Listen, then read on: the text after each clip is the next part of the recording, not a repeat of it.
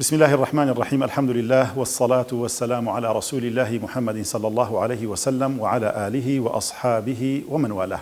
السلام عليكم ورحمة الله وبركاته. بەڕێزان و خۆشەویستان، لەو ئەڵقەیەش خۆشحاڵ و بەختەوەرم بە ئێوەی بەڕێز و خۆشەویست دەگەمەوە لە پلەپایە و فەزڵ و گەورەی سەحابەکانی پێغەمبەری خوا صلى الله عليه وسلم. لەگەڵ زۆر بەڕێز جەنابی مامۆستا دلێر گەرمیانی، زانا و بانخوازی ئاینی ئیسلام، بەخێراتنێکی گەرمی دەکەمەوە، پێی دەڵێم السلام عليكم ورحمة الله وبركاته. یاخۆ بەخێر بێ مامۆستا بەڕێز. جەنابی مامۆستا، ئەگەر لە ئەڵقەی سێیەم کۆمەڵێک بابەتمان باس کرد، بەڵام یەکێک لەو پرسیارانە بۆم دروست دەبێتن لە ئەڵقەی چوارەمە کە ئێستا لەو بەرنامە تێداین، ئەویش ئەوەیەکەوە ئایا قسە گوتن بە سەحابە و هاوڵانی ڕەسوول الله صلى الله عليه وسلم چ حکمێکی بۆ دانراوە لەلایەن زانایانەوە و چ زەرەرێک بۆ ئەو کەسە دەبێت کەوە قسە بە سەحابە و هاوڵان دەڵێت هەم لە دنیا و هەم لە قیامەتیش؟ خۆ پاداشتان دەتوێ یا ربی. إن الحمد لله نحمده ونستعينه ونستغفره ونعوذ بالله من شرور أنفسنا ومن سيئات أعمالنا، من يهده الله فلا مضل له ومن يضلل فلا هادي له،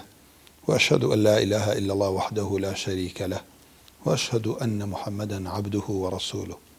أما بعد، فإن أصدق الكتاب كتاب الله، وخير الهدي هدي محمد صلى الله عليه وسلم، وشر الأمور محدثاتها، وكل محدثة بدعة، وكل بدعة ضلالة، وكل ضلالة في النار. اللهم أرنا الحق حقا وارزقنا اتباعه، وأرنا الباطل باطلا وارزقنا اجتنابه. اللهم بك أقول، اللهم بك أستعين. ما صيب الرئيس يا أخوة بخير بيت لبرت ولا دور ديت خفاداش خير داتو خفاداش يبرا ورزانش داتو بخاطر اسم عظيم أخويك لبشتي وكابيرو. آمين. سبارت با أويكتو إشارة بيكر هر اصلا جاری وایە قسەکە ئینسان قورسە لەسەری قسە بە هاوڵی پێغەمبەر صلی الله عليه وسلم بوترێت، کە هەندێک کەس ئەڵێ هەندێک لە عولەماوتیان هەندێک لە خەڵک هەن لەم بابە کە یەهود و نەسارا کە پرسیاریان لێ بکەن باشترین کەس کێن، ئەڵێن هاوڵانی پێغەمبەر موسا و پێغەمبەر عیسا سەڵات و سەلامی خۆیان لەسەر بێ. ئەڵێ هەندێک کەسە بەناو موسڵمان و لەم بابە لە یەهود و نەسارا لەم ڕۆوە خراپترن کە ئەگەر پرسیاریان لێ بکرێ بڵێ وەڵا خراپترین کەس هاوڵانی محەممەد المستەفا صلی الله عليه وسلم، حاشای ئەو سەحابانە. ئێستا چۆن تۆ بۆ نمونە کەسێک بەناو نوێژ و عیبادەت و شتە خۆڵ بڕی بکە، کەسێکیش ئالی نوێژ و شت نەبێت لەو ڕۆوە دەستی پاک بێت، تۆ بڵێ کاکە لەم بابە کاکە ئەوە خۆ نوێژیش ناکات، حاشای ئەوە مسلمانە بە ڕێزانەی کە ڕوم لە کەس نەبێت. جاکەوا بووم نەوەسم ئەم بابە زۆر گەورەیە، بڵێ کاکە قسە بە کەسانێک بوترێ کە خوا تەسکەی کردوون، کە خوای گەورە بڵێ ئولایکە هم الصادقون لقد رضي الله عن المؤمنين إذ يبايعونك تحت الشجرة، کە پێغەمبەری خوا صلی الله عليه وسلم فەرمێ لا تسبوا أصحابي، يعني بابەتێکە ڕاستەوە خۆ علاقەی بە عەقیدەی ئینسان هەیە. و ئیمامی مالک فەرمێ کەسێ ئەصحاب ئەو ئەفەرمێت بەس من ئەصحاب ببغزێنێ لە کۆتایی ئەو ئاەتێ سوورەتی فەتحە ئەوە لە دین هەر دەرەچێت، چونکە هاوڵی پێغەمبەر صلی الله عليه وسلم زۆر گەورەی قسە پێوتنیان گومانی تیان نییە. لێکێکە لە خودلان زانایانە فەربوون، خودلان یانی ئەوە تاکە خوای پەروەردگار پشتیوانی ئەو کەسانەی نەکردووە موەفەق نەبوون بێتەوفیقیە کە منهەج و نەهجی وابێ قسە بە هاوڵی باشترین بەشەری سەر زەوی کاکە محەممەد المستەفایە صلی الله عليه وسلم، و مەشغوڵ و سەرقاڵ بێ لە تەمەنی بە قسەکردن بە کەسانێ کە خوای گەورە تەسکەی کردبن. هیچ ڕێگایەک نییە، یعنی مڵێ وەڵا کاکە ڕێگایەکە بێ ڕێگا بدا ئینسان ئەصحاب ببغزێنێت یان قسەیان پێ بڵێ. بۆ لە بەرەو عولەما فەرمون فەضلیان زۆر زۆر وەکو باسمان کرد چی ئاەت و فەرموودە هەیە باس لە فەضلی ستایشی ئیماندارەکات بە دەرەجەیەکە مفەسیرینە فەرمون سەحابەی پێغەمبەر صلی الله عليه وسلم، چونکە ئەوان بوو دینی خوای گەورەیان گەاند. خوای گەورە لەوە سویانە فەرمێ ینصرون الله ورسوله، چونکە ئەوان بوون لە خزمەت پێغەمبەرە جیهادی مشرکینیان کە صلی الله عليه وسلم، چونکە ئەوان کە قورئان و سنەت و ئەحکامی ئەم دینیان گەاندۆتە ئێمە، چونکە ئەوانن بە سەر و بە ماڵ لە پێناوی ئەم دینە هەوڵیان داوە و سەر و ماڵیان کردوتە بەخت لە پێناوی دینی خوای پەروەردگارە عەزە وەجەل. پێغەمبەری خوا صلی الله عليه وسلم کورتیە کاتەوە بۆمان کە ئەفەرمێت لە فەرمودەیەکی صحیحە الأنصار لا يحبهم إلا مؤمن. الأنصار چين؟ أنصار ئەو هاوڵانن کە لە مەدینە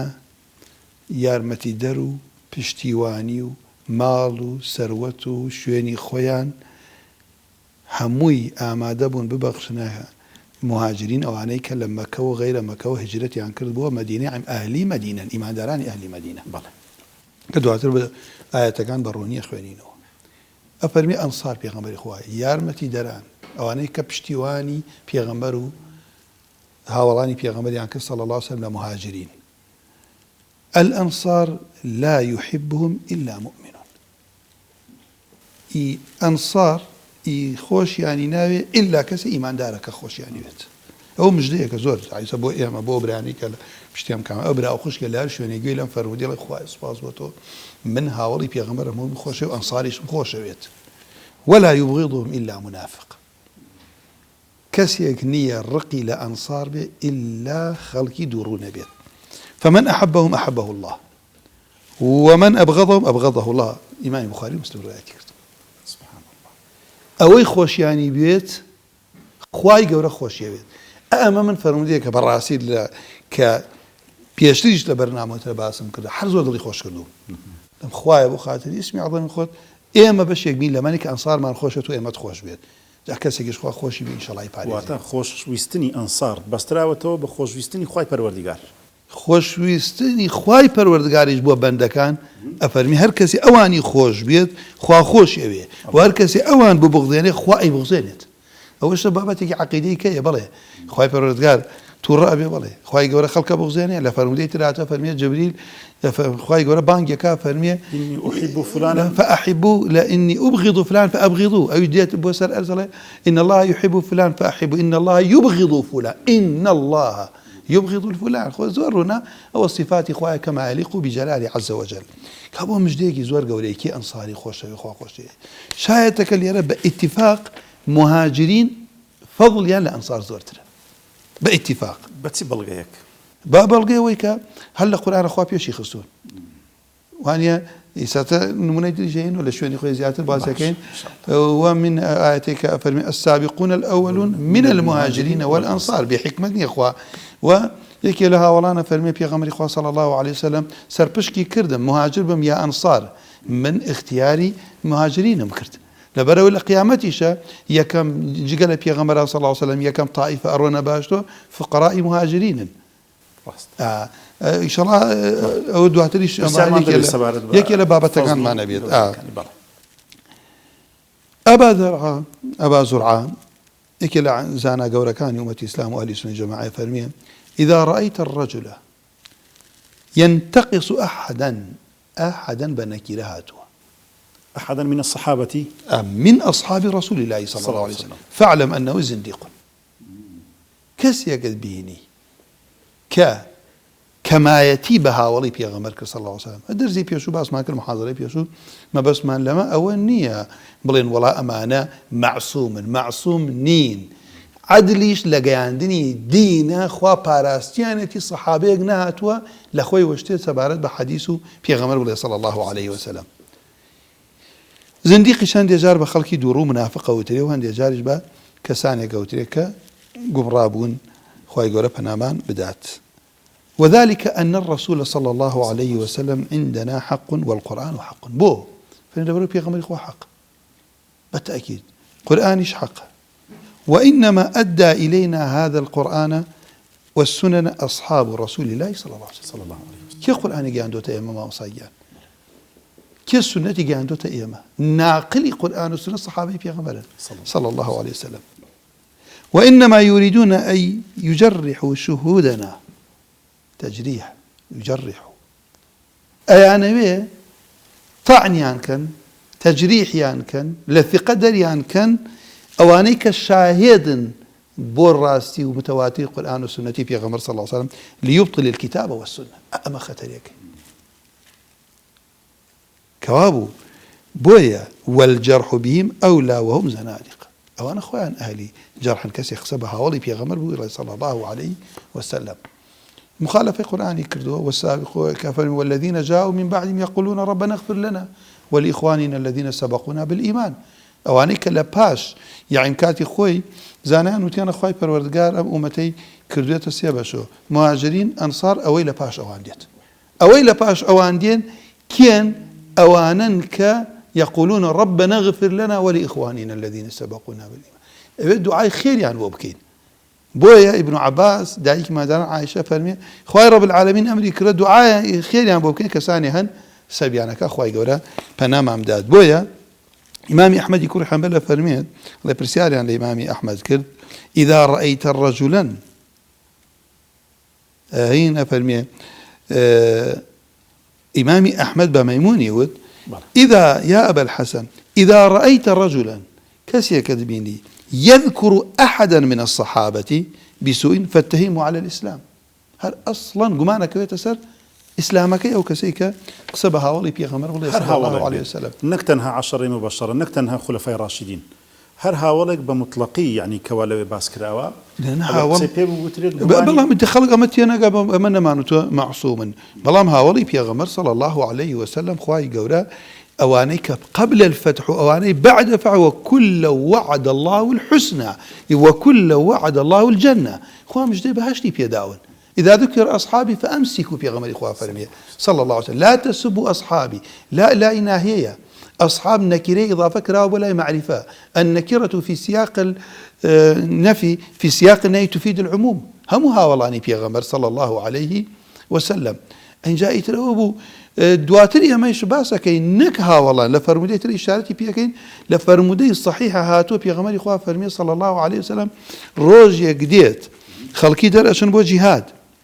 ألين هاولي بيغمبر تانتيايا ألين بلي ألين بهوي أو هاولا وخواي قول سريانا خاد باش أو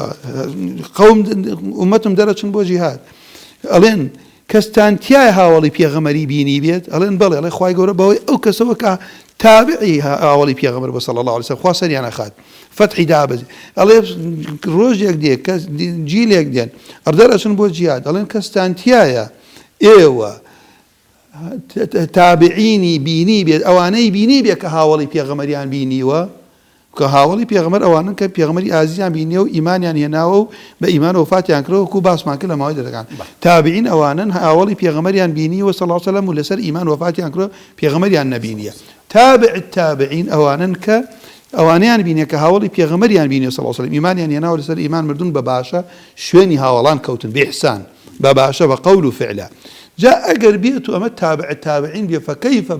هاولي بيغمبر صلى الله عليه وسلم كإن شاء الله لما آية حديثة كان هموي أخينا الرو كابزانم قصة كردن بهاول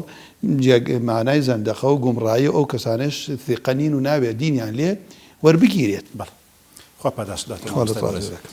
خلقك هي دليت هم رجال ونحن رجال سبارت بالصحابة كان أو شيء وازق سيكا وكراوة دەکرێت بڵێن ئەوەش قسە پێگوتنێکە یاخود سەبکردنێکە بە سەحابە صلى الله عليه رضي الله عنهم وأرضاهم یان ئەو شێوازە قسە هۆکارەکەی چ بۆکەوە کراوە یاخود دەکرێت مامۆساییان ئەگەر بێت و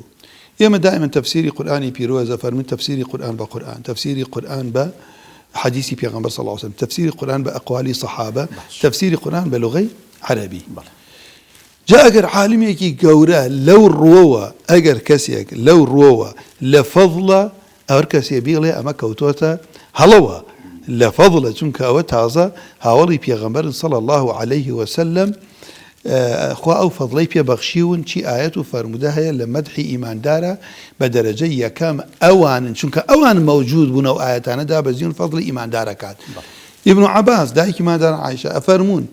خواي پروردگار ايزاني امانه قتال كانوا انجا خوا فرمي داوي خوشبوني عن بوبكن خواي رب العالمين عليم بو اعلان فوزي امانه كردو والله اولئك هم المفلحون اولئك هم الصادقون انجا خواي پروردگار عز وجل فرميت رضي الله عنهم ورضوا عنه ويا كواب خواي فرمي قبل الفتح وبعد الفتح باش صلح حديبيه بيان فتح مكه واويشي كلا باش فتح ايماني هنا بكسنا منته تيايا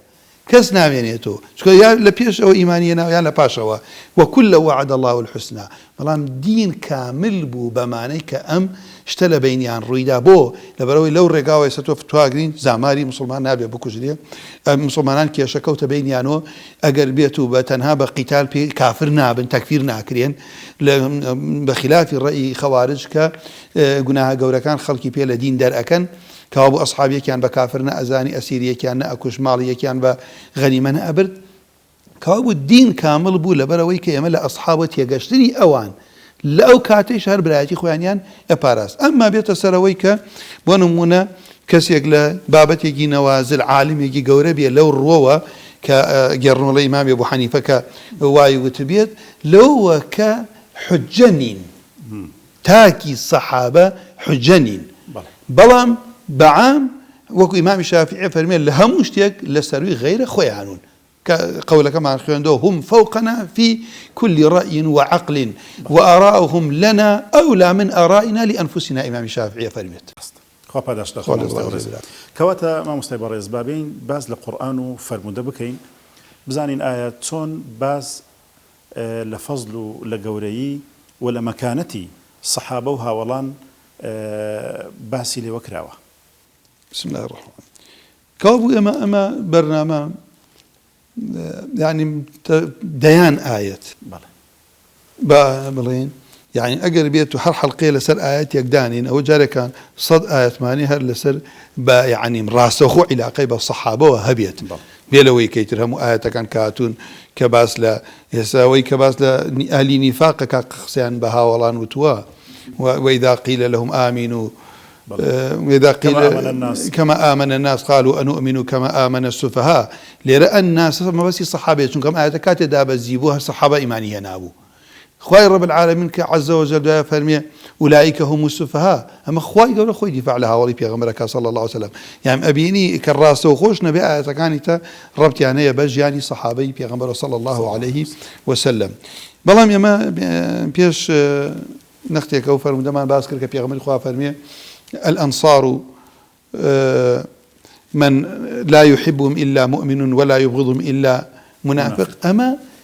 أنصار بشيك لها ولان فكيف بكسيك الرقي لها مهاولان بشيك لأنصار وبشيك له مهاجرين إلا كان كسيك نبي بوي ضروري يا مبروين خزمت آية كان بو أويك فيجو بسن خزمت آية كان بس يود كرت كوا أجر كسيك الرقي لتواوي صحابة كان بيت جماري صحابة كان لكتابة كان دياري كراوة جماري دقيق وردي صحابة كان تنبوا يان باز نكراوة فرموديك بين زانان خلافي لسرك صدو بسجوار هزار هاولي بيغمر هبي صلى الله عليه وسلم هنجل العلماء بصحيح أزانا هنجل العلماء بصحيح نازانا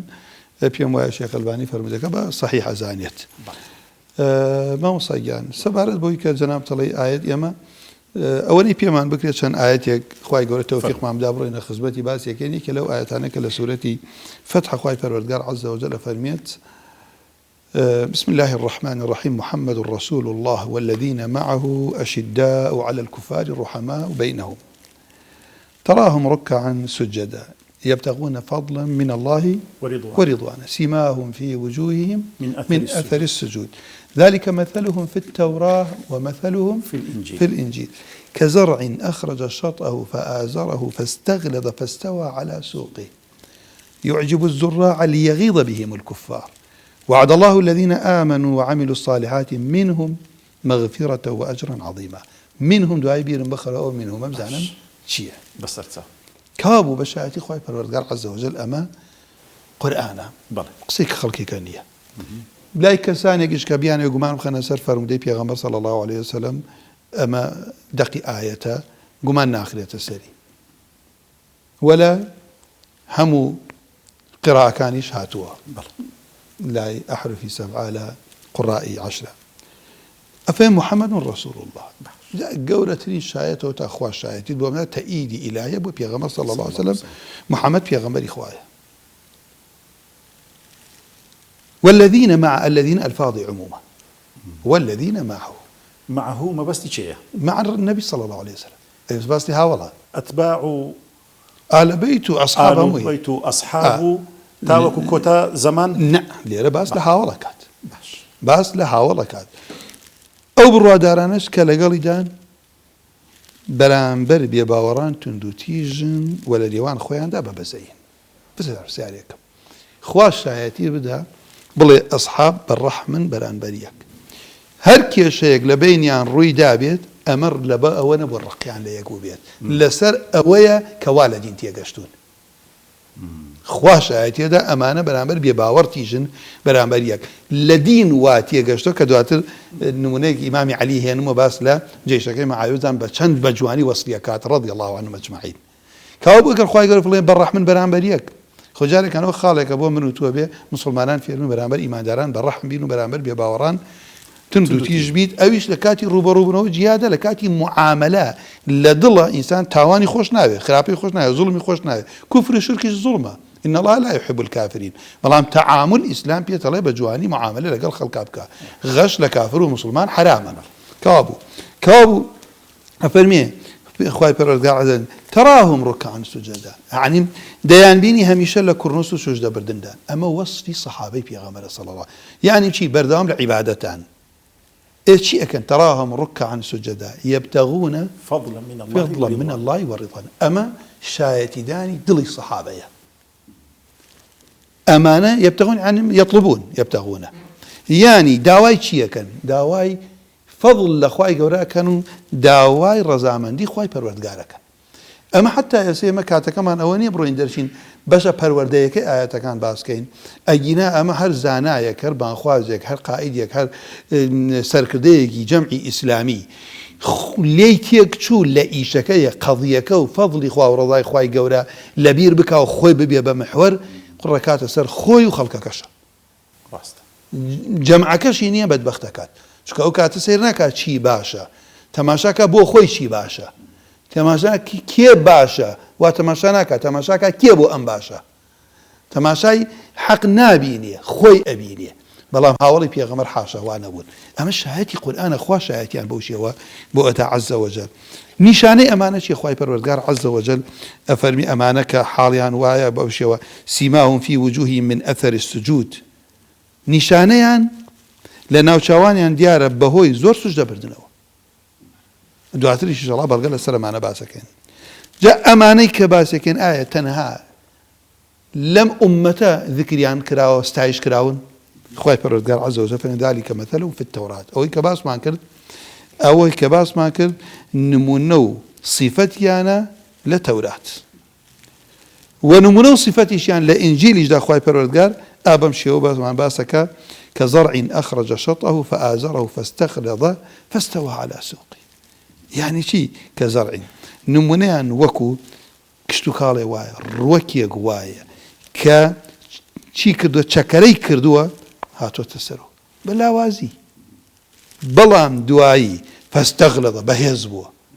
فاستوى على سوقه لسر خوي راوستا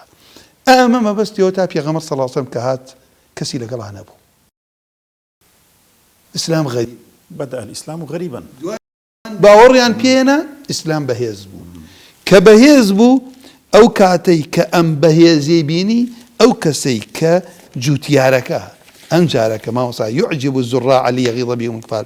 ئەو کاتە ئەو کەسەرەکەی کە جوتیارەکانی سەرسام کرد ئەوە نمونەیەک دەیشوبهێنیت بە سەحابە ئەکا ئەو کاتەی تر ئیمانداران دڵخۆشن بە سەرکەوتنی ئیسلام بە بەهێزی پێغەمبەر بە سەرکەوتنی سەحابەی پێغەمبەر صلی الله عليه وسلم تەنانەت خودی فەلاحەکە و خودی جوتیارەکە يعجب واني ئەی ئەمە بۆ ئێستا لێرە ئەمە تەشبیهە بۆ هاوڵان کە ئیسلام بەو لاوازیەوە هات بەهۆی هاوڵان و بەهێز بوو بەهۆی هاوڵان و لەسەر لاقی خۆی ڕاوەستا کێ ڕقی لەمەیە وانە ليغيظ بهم الكفار تاوەکو ئەوانەی کە بێباوەڕن بە زۆربوون و بە بەهێزی هاوڵان داخ و مەراق بە کافرانەدات باشە مامۆستاگیان وعد الله الذين آمنوا وعملوا الصالحات منهم مغفرة وأجرا عظيما أو منهما قلت ببيرم بينو زنابت فرموت أو منهما ما بس تيسيا كوابو ديرا خواب بليني داوة بەوانەیان کە باوەڕان هێناوە کردەوەی چاکیان کردووە ئەم منهم لێرە بۆ جنسە نەک بۆ تەبعیض بێ بۆ چونکە سەحابە هەمووی ئیماندار بوو عەمەلی ساڵحیە بوو ئەو مەبەستوتم کەوا بوو وعدی خوای پەروەردگار کە سەحابە هەمووی عەمەلی ساڵحیان نەبوو ئیماندار نەبوون وعد الله الذين آمنوا وعملوا الصالحات منهم فاجتنبوا الرجس من الأوثان نەک ئێمە بێنەمە بووە بەیانە نەک بوو ئەوەی کە کاکێکیان فەستەنی بوو ڕیسە کەوا بوو یعنی لە جنسی ئەم ڕیسە چیمان هێمە نەک بەعضێک لە ئەوثانەکان هەموو ئەوثان جنسی ئەوثان ئەوەی کە شرکە کوفرە ئەوەی کە قەبر پەرستنە دار پەرستنە شەخص پەرستنە هەر هەمووی خۆتانی لێ بە دوور بگرن بۆ لێرە منەکە بۆ جنسە یعنیم جەمیعی سەحابەکان ئیماندار بوون عملی صالحیان بوو خوای پەروەردگار بەڵێنی پێداون مەغفیرەتەن و ئەجرەن عەظیمە ئەجرەکەش کە بریتیە لە بەهەشت ئەم ئایەتە مامۆستاگیان ڕووی لەسەر وردکاریەکەی چکە من تەنها کردمە کوردی وا بوو سێدەقەمان ماوە وردکاریەکە گە بەو سێدەقە بتوانین تەواوی بکەین باشە سێدەقەمان ماوە فەرموو والله مامۆستاگیان سێدەقەکە هەر لبوش من إشارتك سريع كم خايف الرجال عز وجل كوصف رسول الله صلى الله عليه وسلم محمد رسول الله زانان أفرمون حموم بو أما باسي هاولا كن باسي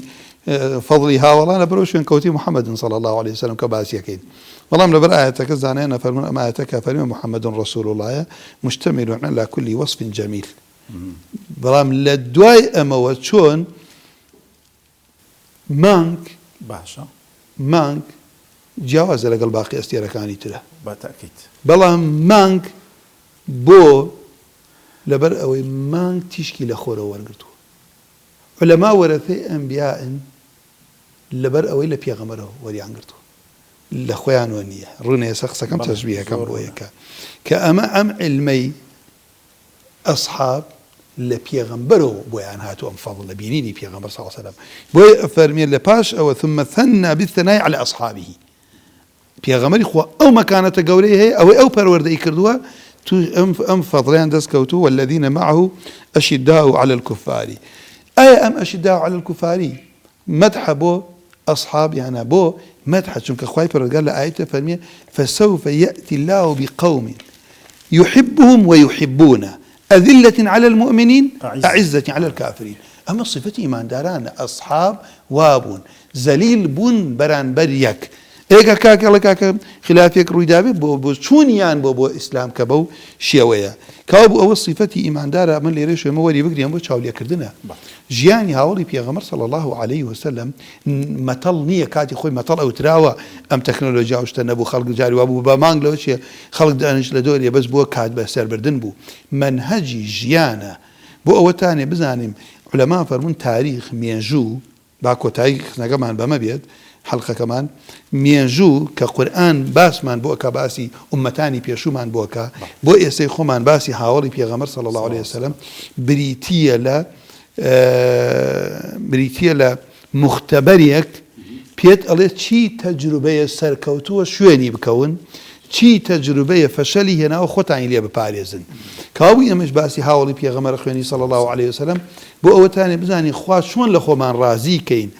چۆن لەم ئیسلامە تێبگەین چۆن ئەسبابی سەرکەوتن لە دنیا بەدەست بێنین سەرفرازی لە ئاخرەت بۆ یەکە قورئان لێرە باسیمانەمان بۆکە ئەوەتانێ شەدیدەن عنیفەن على الكفار رحیما برا بالخيار ئەمە لەگەڵ مسلمانە ئەبێ ئینسان ئەوەی بۆ خۆی خۆشی بۆ براکەی خۆشی بێت وا نەبی ئیمان کامل نییە کە پێم وایە پێغەمبەری ئازیز صلی الله عليه وسلم کە وەصفمان بۆکە هەمووی لە سەحابە بەدەق ئاەتەکە چۆن بۆ باس ئەی پێغەمبەری خوا چۆن باسی ئیماندارەکات مثل المؤمنين في توادهم وتراحمهم كمثل الجسد الواحد إذا اشتكى منه عضو تداعى له سائر الجسد بالسهر والحمى قال بالحمى والسهر يا بالسهر والحمى باش بيش حادثة كما قال صلى الله عليه وسلم وهو بيغمر إخوة صلى الله عليه وسلم فرمي المؤمن للمؤمن كالبنيان يشد بعضه بعضا وشبك بين أصابعه بيغمر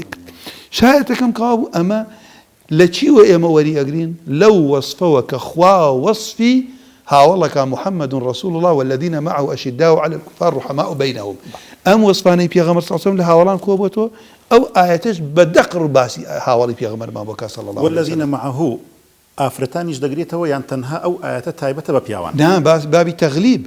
يا أيها الذين آمنوا أو علماء فرمون النص إذا خرج مخرج الغالب لا اعتبار له كاعتبار بو تغليبا كناكري اركس يا في غمر خواه فرمي صلى الله عليه وسلم من بات